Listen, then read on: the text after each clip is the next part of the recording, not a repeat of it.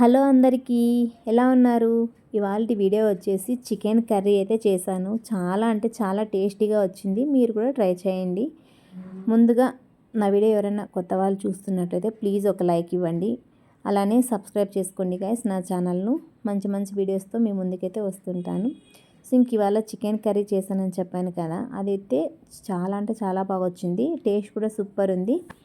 దీని కాంబినేషన్ వచ్చేసి నేను జీరా రైస్ అయితే చేశాను. సో చూసేయండి, ఇంకా వీడియోలోకి అయితే వెళ్ళిపోదాం.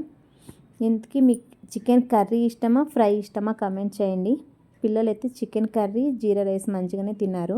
ముందుగా కడాయి అయితే పెట్టేసుకున్నాను. దాంట్లో కొద్దిగా నూనె అయితే వేసుకొని అలానే హోల్ గరం మసాలా కూడా వేసి చికెన్ ముందుగానే వాష్ చేసి పెట్టేసుకున్నాను. అది కూడా వేసుకున్న చికెన్ మనం చికెన్ వేసిన తర్వాత ఒక 2 సార్లు కలిపేసి దాంట్లోకి తగినంత సాల్ట్ అలానే పసుపు కూడా వేసుకొని ఒక 2 నిమిషాల పాటు అంతా కలిపేసి పెట్టినామనుకో మనకు చికెన్లో వాటర్ అంతా పైకి వచ్చేసి ఒక 2 నిమిషాల పాటు చికెన్ అనేది మంచిగా ఉడుకుతుంది.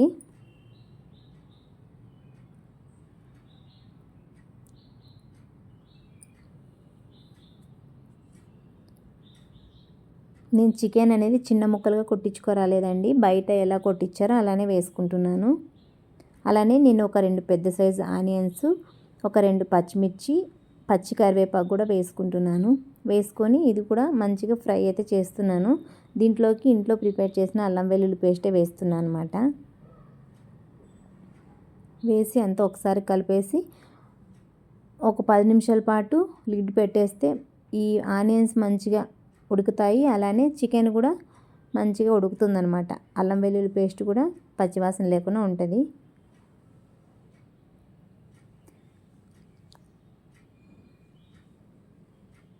చూసారు కదా, చికెన్ అయితే మంచిగా కొద్దిగా ఉడికింది. అలానే మనం వేసిన ఇంగ్రీడియంట్స్ కూడా మంచిగా ఉడుకుతున్నాయి. ఇప్పుడు దీంట్లోకి నేను వచ్చేసి కారం పొడి, ధనియాల పొడి, ముందుగానే నేను ఒక 2 టమోటాలు అయితే ప్యూరీ చేసి పెట్టుకున్నాను. ఆ ప్యూరీ కూడా దీంట్లోకి యాడ్ చేస్తున్నాను. ఇదైతే ఇంట్లో పట్టించిన కారం పొడి అనమాట, అందుకే ఎక్కువ కలర్ ఉంది. కొంచెం వేసినా కూడా కొంచెం కలర్ఫుల్గా ఉంటుందన్నమాట. కారము స్పైసీగా ఉంటుంది, అదర్వైజ్ టేస్ట్ కూడా బాగుంటుంది. నేను ఒక 2 టమోటాలు ప్యూరీ చేశాను అన్నాను కదా, దీంట్లోకి ఒక 4 క్యాషియో కూడా యాడ్ చేసి మిక్సీకి అయితే పట్టేశాను. అది కూడా వేసి అంత కలుపుతున్నాను. నేను ఎక్కువగా వాటర్ వేయట్లేదండి. నాకు కొంచెం గ్రేవీగా ఉండాలనుకుంటున్నాను. ఇప్పుడు కర్రీ అయితే కొంచెం గట్టిగానే ఉండాలనుకుంటున్నా, అందుకే నేను ఎక్కువ వాటర్ అయితే వేయటం లేదు. మీరు ఎలా చేస్తారో కామెంట్ చేయండి. చాలామంది టమోటా ప్యూరీ కాకుండా ఓన్లీ టమోటాలు అట్లే చిన్న చిన్న కట్ చేసి వేస్తారు, బట్ నేను అలానే వేస్తాను. ఇది కొంచెం గ్రేవీ లాగా ఉండాలనుకున్నాం కదా, అందుకే టమోటా ప్యూరీ చేసి వేసుకున్నా. చూసారు కదా, మంచిగా కుక్ అయింది. ఇప్పుడు తగినంత వాటర్ అయితే వేసుకుంటున్నాను.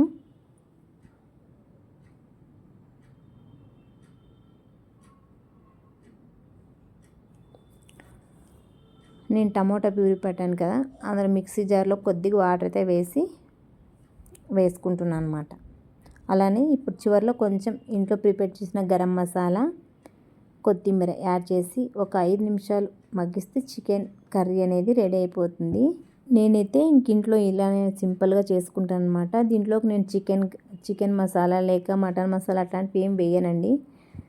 మనకి మాత్రం చేసుకుంటే చికెన్ అనేది సూపర్ టేస్ట్ ఉంటుంది. ఒకవేళ ఎవరైనా ట్రై చేయని వాళ్ళు ఉంటే ఇలా ట్రై చేయండి, బాగుంటుంది.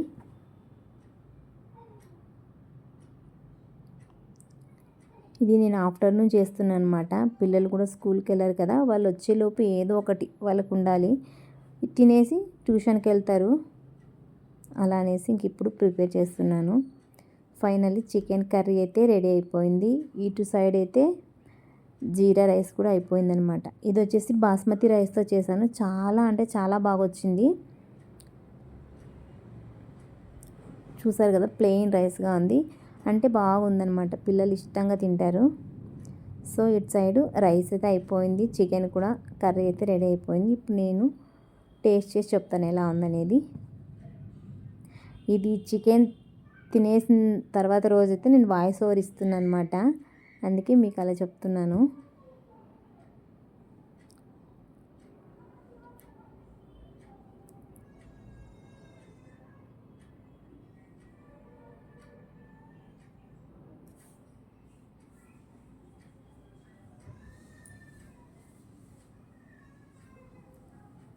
సో చూసారు కదా, చికెన్ అయితే చాలా కలర్ఫుల్గా ఉంది. ఇప్పుడైతే దీంట్లోకి ఒక 2 కీర దోస అయితే కట్ చేసుకున్నాను అనమాట.